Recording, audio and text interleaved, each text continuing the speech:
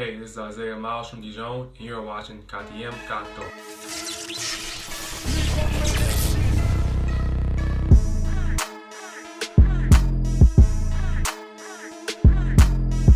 Merci à vous d'être avec nous donc pour votre rendez-vous basket tout terrain dans la place. Je suis aujourd'hui avec Amélie. Salut Nas. Et je suis avec Émilie. Salut. On va parler donc de la 18e journée du championnat de Pro A. Vous l'avez suivi, vous l'avez décrypté.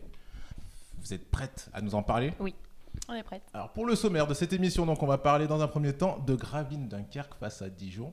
Match à surprise. Ensuite on parlera de Paula Cortez face à Chalon-sur-Saône. J'ai tout bon pour l'instant ? Parfait. Après, on se fera donc le récap de match. On aura le classement, on aura le MVP et on finira avec les matchs à venir. C'est tout bon ? Parfait. Bravo, Nas. Normal. Eh bien, mesdames, c'est à vous avec donc Gravelines Dunkerque face à Dijon. Tout à fait. Et donc Gravelines, c'est une équipe en forme en ce moment. Ils restent sur 6 victoires sur leurs 7 derniers matchs. Et c'est le week-end carnaval dans le Nord, donc grosse ambiance en perspective. Donc d'ailleurs, pour l'occasion, ils avaient des maillots un petit peu spéciaux, assez marrants. Vous pouvez les voir donc sur le site, bien sûr, du BCM, donc Gravelines Dunkerque. Voilà. Et le BCM donc accueillait Dijon. Donc Dijon, une équipe un petit peu dans le mal en ce moment. Voilà, ils ont seulement 12 ils ont pas seulement, ils ont 12 défaites au compteur et ils sont avant-derniers du championnat. C'est pas mal. Donc malgré ce contexte compliqué pour Dijon, ils ont été arrachés la victoire, ils ont été la chercher très loin. Ils étaient menés de 11 points à la mi-temps et encore de 14 points à 4 minutes de la fin. Donc Gravelines avait une belle avance. Ah d'accord, ok, oui, donc c'est vraiment chaud en fait. Voilà, c'était chaud. Donc ils ont fait une série de 3 points, ils en ont marqué 5 dans les 4 dernières minutes.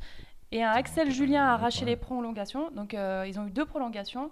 Et ils ont arraché la victoire, donc 87 à 89. Ils n'ont pas ménagé leur effort donc pour cette victoire, ils sont allés vraiment la chercher jusqu'au bout. Oui, alors pour Flo Pietrus, le joueur du BCM, ils ont manqué d'expérience et de lucidité, ils se sont arrêtés de jouer et leur ont permis de revenir dans le match et de reprendre confiance. D'accord, donc c'est eux qui ont fait l'erreur d'après lui. Oui, ils ont fait l'erreur et la défense aussi a permis à Dijon de revenir dans le match et de s'imposer. Axel Julien l'a souligné d'ailleurs à la fin de la rencontre. Il dit « Quand on joue avec de la dureté défensive, avec du rythme et en plus ce soir de l'adresse, alors on est une belle équipe. » Et on peut aussi souligner la belle performance du MVP de la rencontre, Isaiah Miles, qui a marqué 23 points et il est à hauteur de 25 d'évaluation.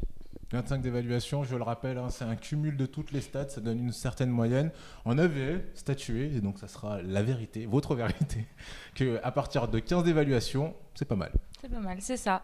Alors côté BCM, ils ont clairement eu pas une adresse terrible à 3 points puisqu'ils en marquent seulement 6 sur 22 et ils ont perdu beaucoup de ballons, 20. 6 sur 22, c'est 25% quoi. D'accord. C'est pas quoi, c'est bien. Non, tu ferais mieux ? J'ai rien dit du tout, madame. J'ai rien dit du tout. Le coach Christian Monchot, donc le coach du BCM, il espérait que ses joueurs allaient mal dormir suite à cette défaite. Et je ne sais pas. On n'a pas passé la nuit avec eux, mais on sait pas. Et du coup, c'est une défaite qui n'a pas une grosse incidence pour Gravelines au classement puisqu'ils conservent leur 6e place. Et cette 6e victoire pour Dijon leur permet de sortir de la zone de relégation. Et c'est quand même leur premier succès à l'extérieur depuis début novembre. Donc ça fait du bien. Il attendait cette victoire. Deuxième match donc, de cette 18e journée, ça sera Paula Cortez qui rencontrait donc Chalon-sur-Saône. Ou le choc des élans, les deux élans qui se rencontraient. Donc le 3e accueillait le 2e. On s'attendait à un gros duel de meneurs puisque ce sont les 2 meilleurs joueurs du championnat à l'évaluation. DJ Cooper contre John Robertson. Alors au match aller, Chalon s'était facilement imposé de 20 points. John Robertson avait assuré le scoring, il avait marqué 25 points et l'organisation du jeu puisqu'il avait distribué 11 passes décisives et il avait fini avec 28 d'évaluation. Et de son côté, DJ Cooper, il avait réalisé un triple-double, 16 points, 10 rebonds, 11 passes décisives. Record, ouais. Oui, il rentrait dans l'histoire de la Pro A avec ce triple-double. Le meneur chalonnais, John Robertson, était incertain pour ce match puisqu'il venait de perdre son papa. Mais du coup, il est venu. Bon, il a eu du mal à rentrer dedans, mais c'était aussi à cause de la grosse pression défensive de DJ Cooper. Le duel n'a pas vraiment eu lieu, notamment dans la première mi-temps, puisque les 2 joueurs sont à 3 et 1 d'évaluation à la mi-temps. Ils n'ont pas super bien joué, quoi. Ils se sont annihilés, en fait, les deux. Oui, voilà, c'est les autres vraiment qui ont pris le pas parce que les deux, ils se tenaient tellement que, enfin voilà, ils n'ont pas réussi vraiment à imposer leur jeu en première mi-temps. Et du coup, le match a été serré tout du long et il s'est joué dans le Money Time. Alors, le Money Time, en général, c'est la partie du match durant laquelle les gros joueurs se mettent un petit peu en avant et prennent le match à leur compte. Et là, du coup, ça a été le cas sur ce match-là. C'est les 3-4 dernières minutes en général. Oui, quand le match est serré, ouais. Et donc, on va parler de Cameron Clark côté chalonnais, puisqu'il signe encore un nouveau record personnel de points cette saison avec 33 points. Il finit avec 34 d'évaluation, donc grosse perf. Ouais, pas mal du tout. Et bien sûr, côté béarnais, DJ Cooper, il a démontré que c'était vraiment lui le meilleur joueur du championnat actuellement. Il va marquer 4-3 points très difficiles dans des positions en complètement déséquilibre, avec opposition sur lui, c'est-à-dire qu'il y avait des joueurs qui défendaient. Voilà. Et il a volé 2 ballons. Et donc, c'est lui qui va permettre de tuer le match et de permettre à Pau de s'imposer 95-88. Du coup, Pau est toujours invaincu à domicile. Grosse forteresse là-bas.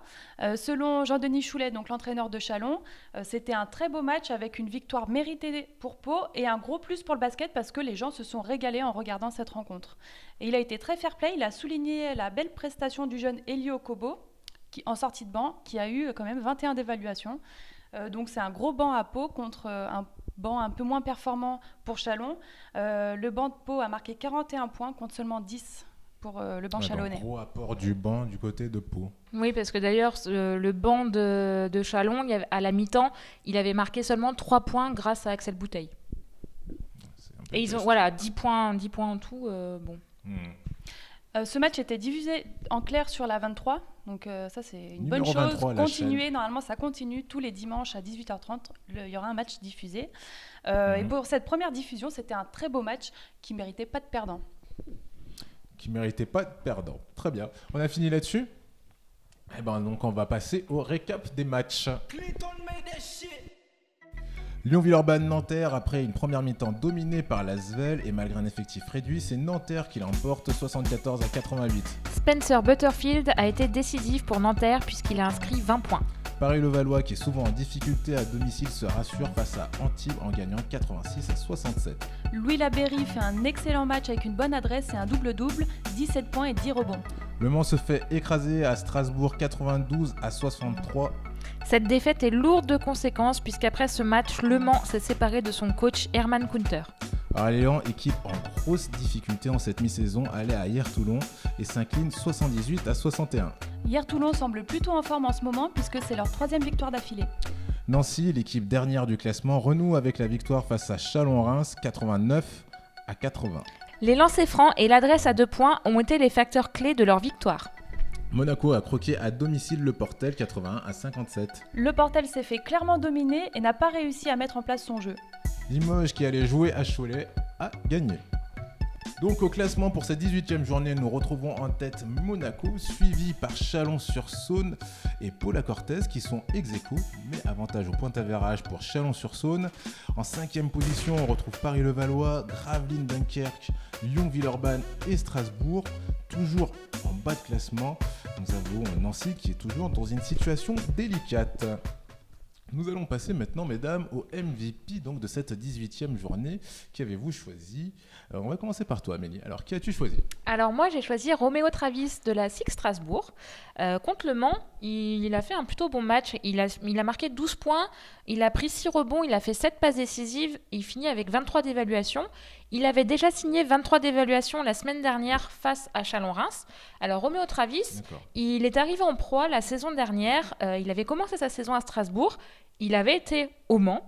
Là, en début de saison, il était en Italie, à Cantoux, et il est revenu à Strasbourg.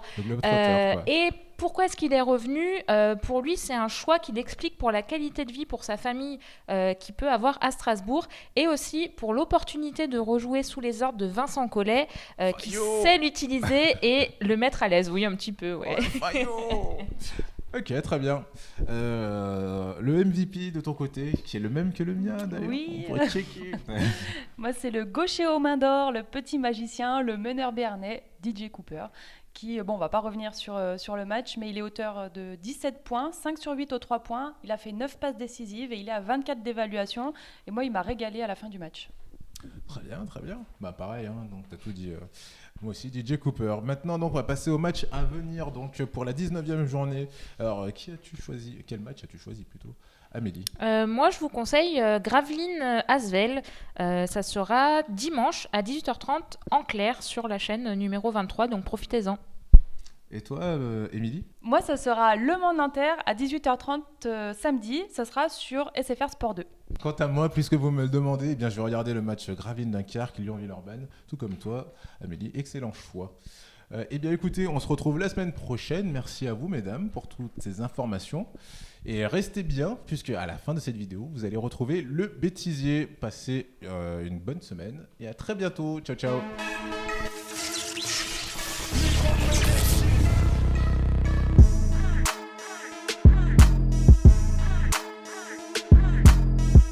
Le coach Christian Monchot, donc le coach du BCM, il espérait que ses joueurs allaient mal dormir suite à cette défaite. Et Bah, je ne sais pas. On sait pas, on n'a pas passé la nuit avec eux. Mais on sait pas. Et du coup, voilà, tu m'as perturbée. On va couper. Voilà. Ah mais merde. Ah merde, elles sont toutes à l'envers en fait. On va les voir comme ça. Bon, on verra pas. Les lancers francs et l'adresse à 2 points. Oh putain. voilà, elle voulait enchaîner Mais pour pas parce voir le que bêtisier. c'est ta faute d'orthographe, je suis en train de me perturber, je te Elle jure. bloque dessus. Mais oui. Mais moi. Le Portel s'est fait clairement dominer et n'a pas réussi à mettre en place son jeu. Chapeau, parce que moi, putain, avec les fautes comme ça, c'était chaud de la lire cette phrase. Vous savez comment elles sont avec moi? Mesdames, maintenant nous allons passer au Non, mais, MVP de excuse-moi. cette 18e journée. Le mec, À il qui veut as-tu pas- choisi? Il veut pas que... Bon enchaînement. Euh, Moi, ça sera Le Mans-Nanterre samedi. Samedi, je sais pas à quelle heure, mais ça sera Le Mans-Nanterre. je crois que c'est à 18h30, il est diffusé aussi. Je crois qu'il est diffusé aussi. C'est la tentative de naturel. Je ne sais pas quelle heure. Mais Mais moi, en plus, je te reprenais, tu vois, je te suivais. quant à moi, puisque vous me le demandez, eh bien, je découvre comme vous que j'ai choisi le même qu'Amélie, à savoir Gravelines-Dunkerque, Lyon-Villeurbanne. Ben, on pourra le regarder ensemble. Vous ferez un apéro? Ouais, on verra. Merci d'avoir. Bâtard. Non, tu dis pas ça. Tu dis pas ça. J'ai senti une pression psychologique, genre je peux pas enchaîner deux.